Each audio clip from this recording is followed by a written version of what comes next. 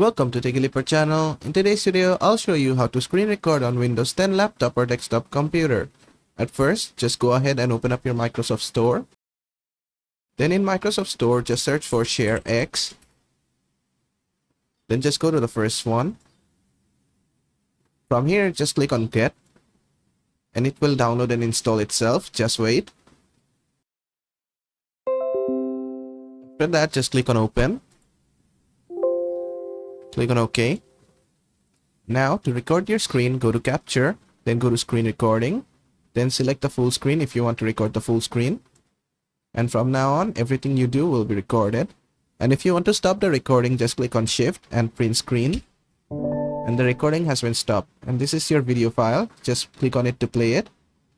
And there you go. And that is how to screen record on Windows 10 laptop or desktop computer. I hope this video was helpful. If it was, please give it a thumbs up and don't forget to subscribe.